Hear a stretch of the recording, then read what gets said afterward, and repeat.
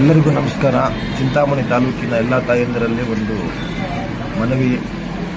ಗೃಹಲಕ್ಷ್ಮಿ ಅಂದರೆ 2000 ಸರ್ಕಾರದ ಯೋಜನೆ 2000 ಬರುವ ಗೃಹಲಕ್ಷ್ಮಿ ಯೋಜನೆಯ ಪ್ರಯುಕ್ತ ಇಡೀ ಚಿಂತಾಮಣಿ ತಾಲೂಕಿನಲ್ಲಿ ಒಂದು ವದಂತಿ ಹರಡಿದೆ.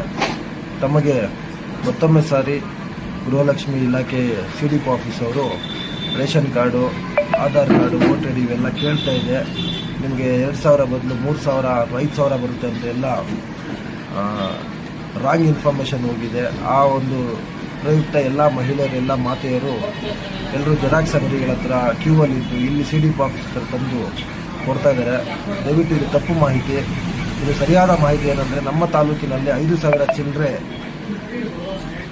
ಮಹಿಳೆಯರು ಮೃತಪಟ್ಟಿರುತ್ತಾರೆ ಅಥವಾ ಎಕ್ಸ್ಟ್ರಾ ಬೇರೆ ಬೇರೆ ಖಾತೆಗಳಲ್ಲಿ ಮಾಡಿಸಿರ್ತಾರೆ ಅಂತ ಒಂದು ಸರ್ಕಾರದಿಂದ ಒಂದು ಲೀಸ್ಟ್ ಬಂದಿದೆ.